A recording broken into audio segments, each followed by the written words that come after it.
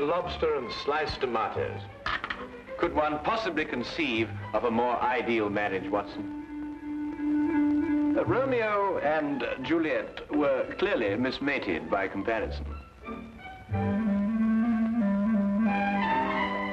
Oh, Watson, aren't you going to join me?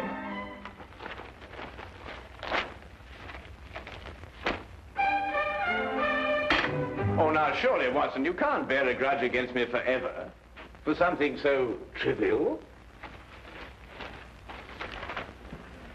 Trivial? And what is trivial about riddling the walls with bullets? I do not agree that I riddled the wall, as you so violently put it. I decorated it in a most patriotic manner.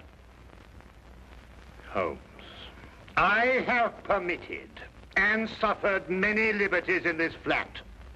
First you make those evil-smelling gases. Then you shatter my nerves with those ridiculous disguises. But you, even you, have never covered your activities under the banner of patriotism. Yes, but VR are the Queen's initials. I was only celebrating Her Majesty's birthday. Celebrating Her Majesty? Still, that's no excuse. Well, perhaps I was a little overzealous, but you can't very well blame a man for that. Nevertheless... All right, Watson, I solemnly promise never to do it again. Oh. Well... And lobster and tomato for breakfast. You ever heard of that? I must say, it looks jolly good, huh? Do you really mean to say you're going to join me? Yes, please. Oh, come on.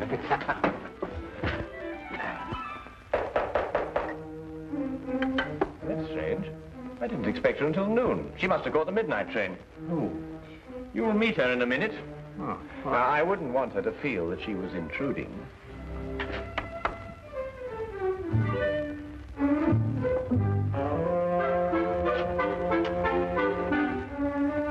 Mr. Holmes? Yes, Miss Millicent Channing? Yes. I wrote you that I'd be here at noon, but I didn't want to lose any time. I took the midnight train. I understand. Won't you come in? This is my good friend and associate, Dr. Watson. How do you do? How do you do? Please sit down, Miss Channing. You must have had a very tiring journey, particularly in view of the fact that you were forced to take a dog cart out of the way. How did you know I took a dog cart? Well, I noticed that your right sleeve is covered with mud. Only a dog cart throws out mud in such a disagreeable way. Mr. Holmes can also deduce your birthstone and the serial numbers of any notes you happen to be carrying in your purse. Dr. Watson exaggerates, though only slightly. I've heard a great deal of your powers, Mr. Holmes. They say you're one of the cleverest men in London. They're very kind. You said in your letter that your fiancé has disappeared. I'm afraid that something terrible has happened to him. Why, Miss Channing? It's all so muddled, so confused. Several days ago, I was expecting him for dinner. He didn't arrive. I was worried, and I went to his lodgings.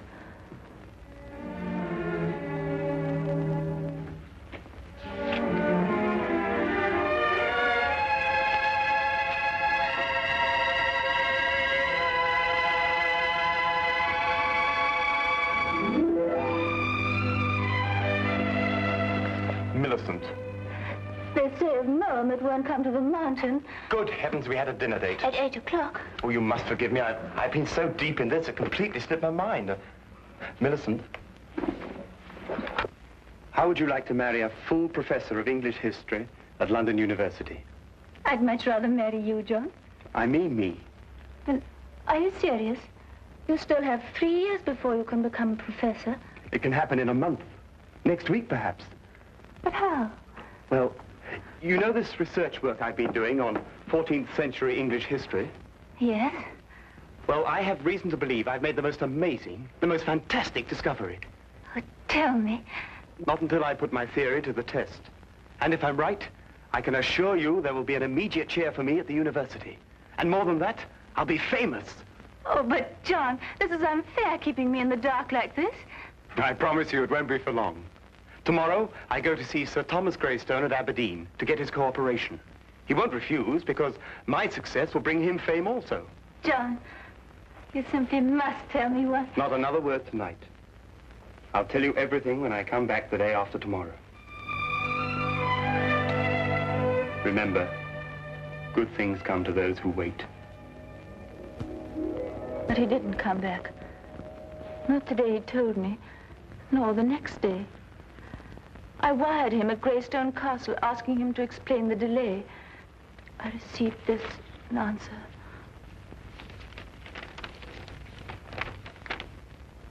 John Cartwright, unknown here. Signed, Greystone. I didn't know what to make of it, Mr. Holmes. Finally, I decided to go up to Aberdeen and talk to Sir Thomas Greystone himself. He must have been mistaken.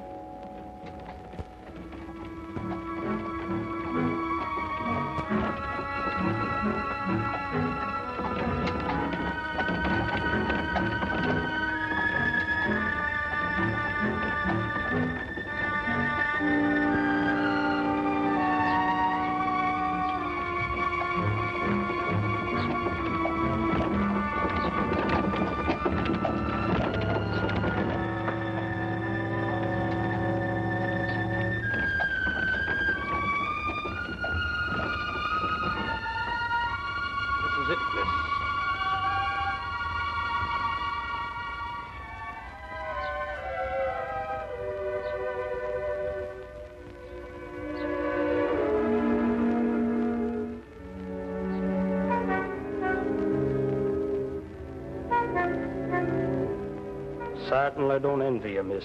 Why? Is something wrong? Let's say something isn't right. Ever since the Greystones came upon hard times, they become a strange, mysterious pair. Hardly anyone ever comes to see them, and those that do don't waste any time there. If I were you, miss, I'd wait until it's light before I went up. I don't have the time to spare. I'm sure I'll be all right. Suit yourself, miss. Get out.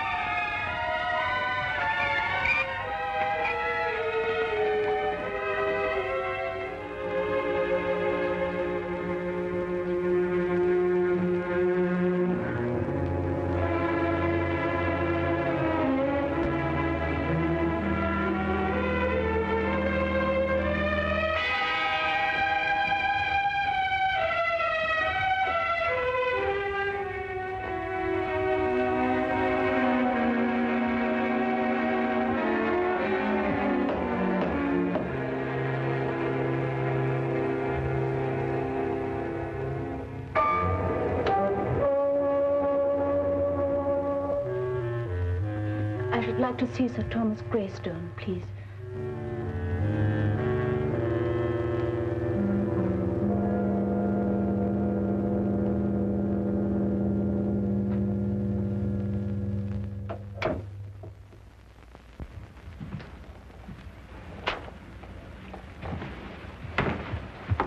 My name is Miss Channing. Would you please tell him that... Miss Channing, is it? The lady who sent the telegram? Yes. I hope you don't think me foolish coming here in this way, Sir Thomas. Walter Greystone is my name. Sir Thomas is my father. If you've come to make further inquiries about your Mr. Cartwright, yes, I'd say you were foolish. We've absolutely no knowledge of the gentleman. But I can't understand it. He told me he was coming here to speak to Sir Thomas. About what? About a discovery he made while doing some historical research. He said it was to have brought fame to him and Sir Thomas both. I can assure you, Miss Channing, no one of that nature has been here. No one. But I know he took the 6:10 train on Tuesday. I saw him off. The 6:10 train makes a dozen stops along the way. He could have got off at any one of them. But why? I've no idea, miss. I'm sorry. I'm upset. You see, he's my fiancé. I quite understand, but there's nothing we can do. I'm sorry to have troubled you. One moment, miss. That telegram I sent you cost 2 shillings. I'll thank you to reimburse me. Father! Be quiet. I'm not a charitable institution. Are you Sir Thomas Greystone? I am. You didn't say you were. I didn't say I wasn't. 2 shillings, if you please. Thank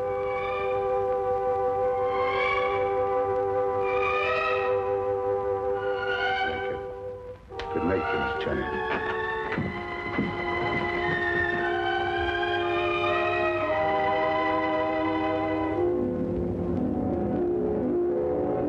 Whatever else I felt about the Greystones, I didn't believe they'd lied to me. Why should they deny they'd seen John? However, as I made my way through the garden, I found this timetable in the bushes. I take it that these notes in the margin are in your fiancé's handwriting, Miss Channing. Yes, Mr. Holmes, they lied. He was there, and for some reason they're trying to deny it.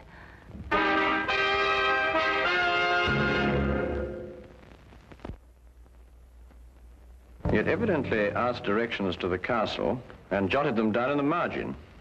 Well, it's perfectly evident the Greystones are lying, but why? Here's somebody offering them a chance of fame, they refuse it. There are other considerations more imperative than fame, Watson. Well, what other considerations, for example? That is our problem. You will help me, Mr. Holmes. I'll do my best, Miss Channing. Oh, Watson, the 14th century contained the reigns of what kings? Wait a minute, 14th century? There were some Henrys, and Richard II, of course. Richard II. He was executed, wasn't he? Yes, at Pontefract Castle, September the 21st, 1300 and... Miss Channing, I would appreciate your taking me to your fiancé's flat. To his flat? But why not to Greystone Castle? Well, I would rather not go there unarmed. Why not? We've both got revolvers. I am referring, Watson, to information that may have led to the disappearance of Miss Channing's fiancé. Come along, Miss Channing.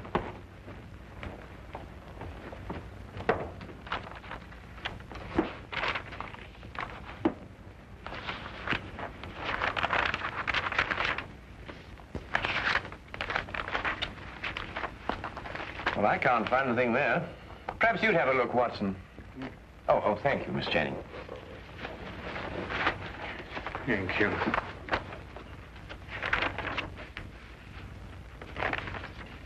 Aha! So this is what Cartwright found so exciting. What is it, Holmes? Well, he certainly deserves his professorship if he understood this. Listen. This pledge unto Richard, I, Richard, do make. To return unto Richard, switcher from Richard I take. Let a Richard look on the northern stair, then 6 and 7 is not fair. Press on and through and tune for 10. Beware thou do not linger then. If thou art in and wist ye moot get out, smite eke the lion upon the snout. Meter and rhyme, perfect. Oh, what's it mean? Well, it's simple enough, Watson.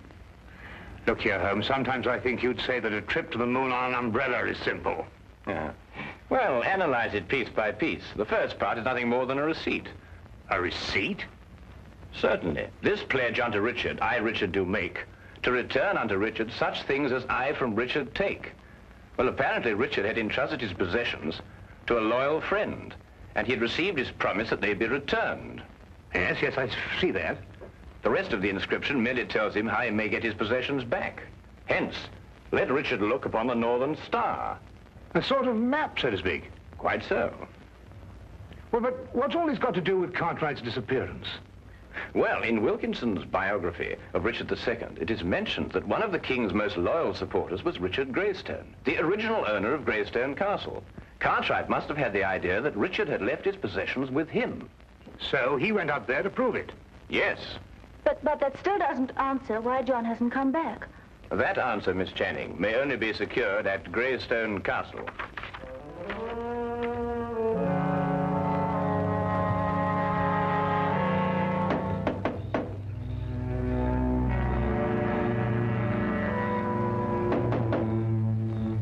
Strange, there appears to be no one here.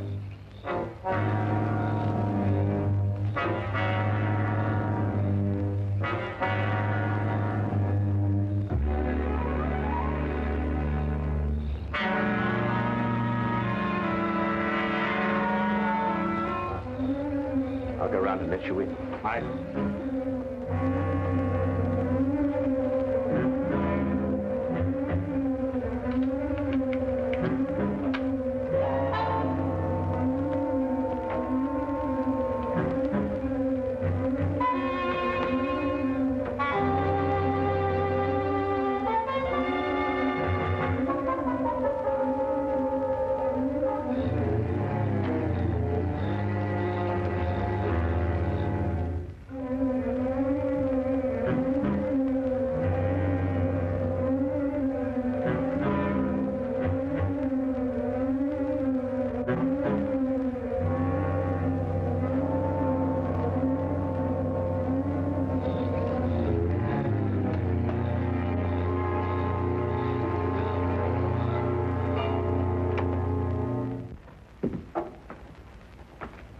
Come along and keep close behind me.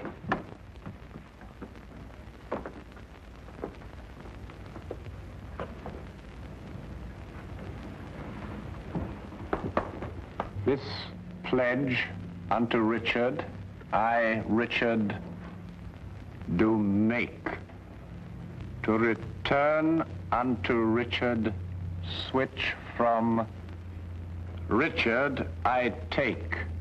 The lower half appears to have been destroyed by fire. Then there's every chance that King Richard's possessions may not yet have been found. No, they haven't. So you brought help, Miss Channing. Where is he? What have you done with him? He's in safekeeping, in the tower. Since you're here, perhaps you can persuade Mr. Cartwright to tell us the secret of the Greystone inscription. We shall do nothing of the sort. He's got some idea of returning Richard's possessions to the Queen for a birthday present.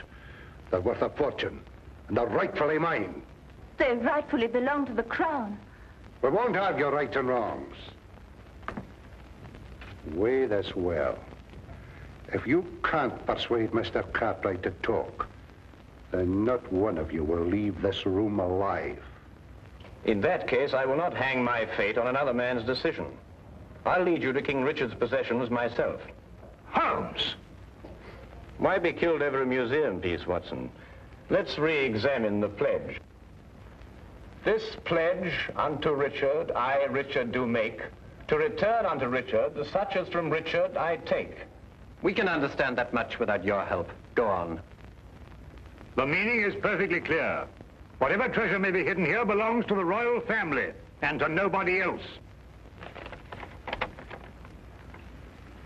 Let Richard look on the northern star.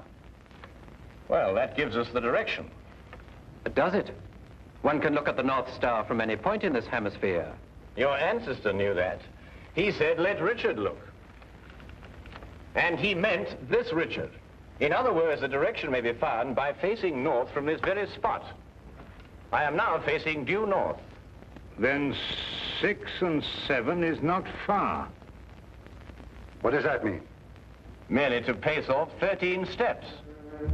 1, 2, 3, 4, 5, 6, 7, 8, 9, 10, 11, 12, 13. Press on and through and down for 10. Press...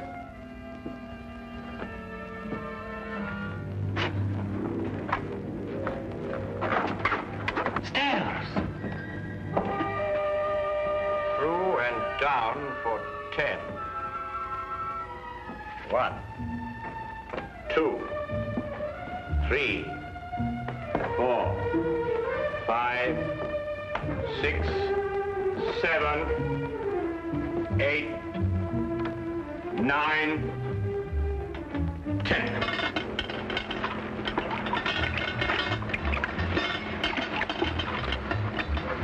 Here it is.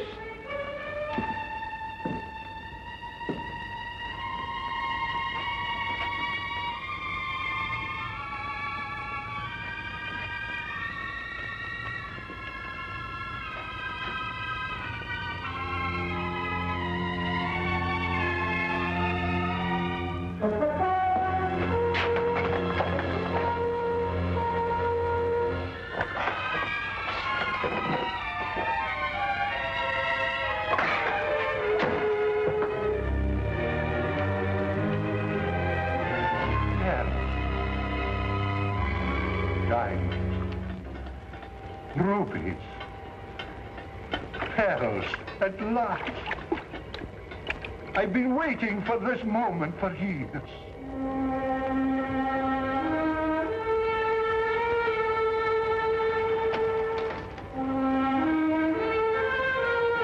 Diamonds.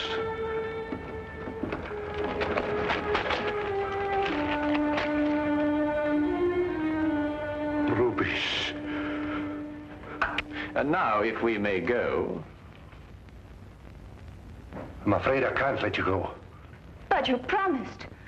You take us for fools, you go straight to the authorities. I plan to enjoy this wealth.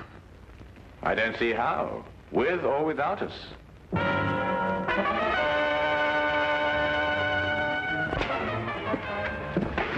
Seems your ancestors arranged for intruders. You knew this? I suspected. Then you must know the way out, otherwise you wouldn't have come in. Tell me at once, man, or I'll shoot you down where you stand.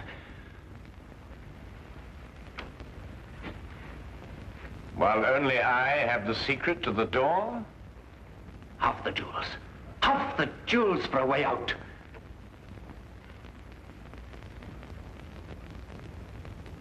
All of them.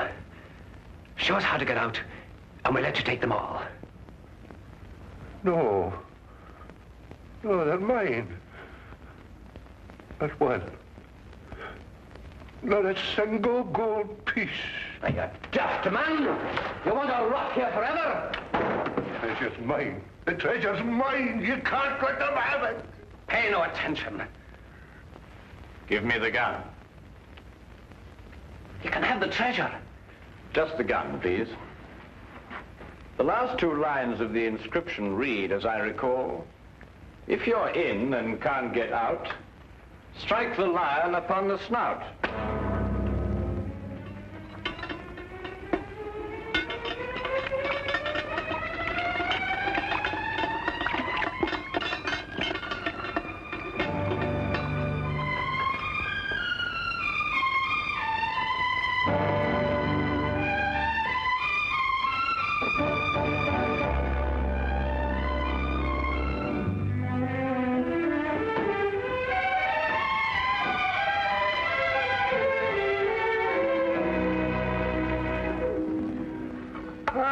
Everything couldn't be better. The Greystones are in prison, the Cartwrights are together again, and you and I are feasting on cold lobster and tomatoes. Well, I have a sense of well-being. Haven't you the slightest twinge of conscience, Watson? Conscience? No, why? Well, I noticed the gold piece on your watch chain. You filched it from the treasure room. Filched it? Certainly not. I made an application for it from the ministry. Oh, did you? Oh, that was very enterprising of you, Watson. Why don't you do the same thing, Holmes? After all, don't you want a souvenir? I have one. Oh, that.